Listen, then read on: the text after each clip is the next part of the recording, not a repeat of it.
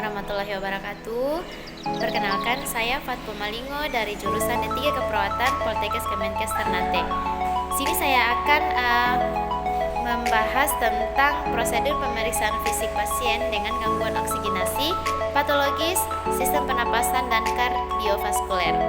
Sekarang kita masuk pada yang pertama, yaitu pemeriksaan fisik kecukupan oksigenasi dan sirkulasi. Definisinya yaitu pernapasan adalah upaya yang dibutuhkan untuk mengembangkan dan membuat paru berkontraksi.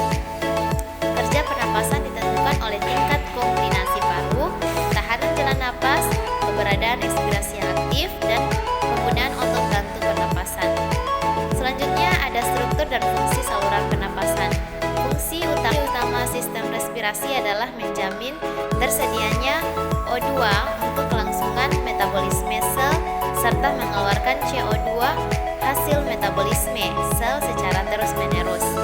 Respirasi dapat didefinisikan sebagai gabungan aktivitas mekanisme yang berperan dalam proses suplai O2 ke seluruh tubuh dan pembuangan karbon dioksida.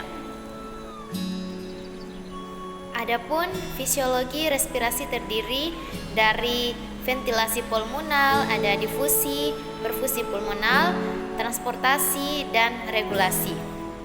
Sekarang kita masuk pada pemeriksaan fisik.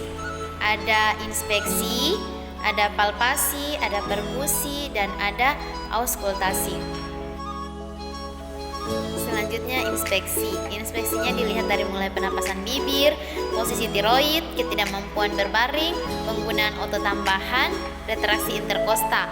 Ada spilting, peningkatan diameter AP, tachypno, ada Kussmaul, cyanosis, Kubing Finger, ada abdominal paradox, dan kelainan bentuk dada. Sedangkan pada palpasi yaitu ada perubahan letak trakea, ada perubahan taktil premitus, dan perubahan pergerakan dada. Selanjutnya pada perkusi. Perkusinya di sini ada hypersonan dullness. Selanjutnya masuk pada auskultasi. Ada auskultasi di sini ada fine trackless, ada coarse trackless, ada raunchy, wheezing, stridor, absent breath sound, pleural friction rate, dan egophonic. Selanjutnya pengkajian diagnostiknya pada sistem pernapasan, yaitu ada pemeriksaan laboratorium darah rutin, biopsi, pemeriksaan radiologi toraks dan paru, pemeriksaan angiografi pulmonal, ada pemeriksaan endoskopi, pemeriksaan bronkoskopi, ada uji fungsi pulmonal, ada pemeriksaan oksimetri dan nadi, pemeriksaan gas darah arteri, dan pemeriksaan sputum. Yang kedua yaitu masuk pada pemeriksaan perubahan irama napas dan irama jantung. Dengan definisinya yaitu teknik pemeriksaan fisik dada terbagi menjadi 4, yaitu ada inspeksi, palpasi, auskultasi, dan perkusi. Pemeriksaan fisik dada penting dilakukan untuk penegakan diagnosis berbagai penyakit yang menyebabkan gangguan sistem kardiorespirasi seperti gagal jantung, pneumonia, trauma dada, dan penyakit jantung bawaan. Masuk yang ketiga yaitu pemeriksaan bunyi napas dan bunyi jantung. Pemeriksaan auskultasi jantung meliputi ada bunyi jantung, bising jantung, dan gesekan perikard. Kemudian ada bunyi jantung. Untuk mendengarkan bunyi jantung itu dapat diperhatikan yang pertama itu lokalisasi dan asal bunyi jantung. Yang kedua menentukan bunyi jantung 1 dan 2. Ketiga intensitas bunyi dan kualitasnya. Keempat ada tidaknya bunyi jantung 3 dan bunyi jantung 4. Kelima, irama dan frekuensi bunyi jantung. Dan yang kelima yaitu bunyi jantung lain yang menyertai bunyi jantung.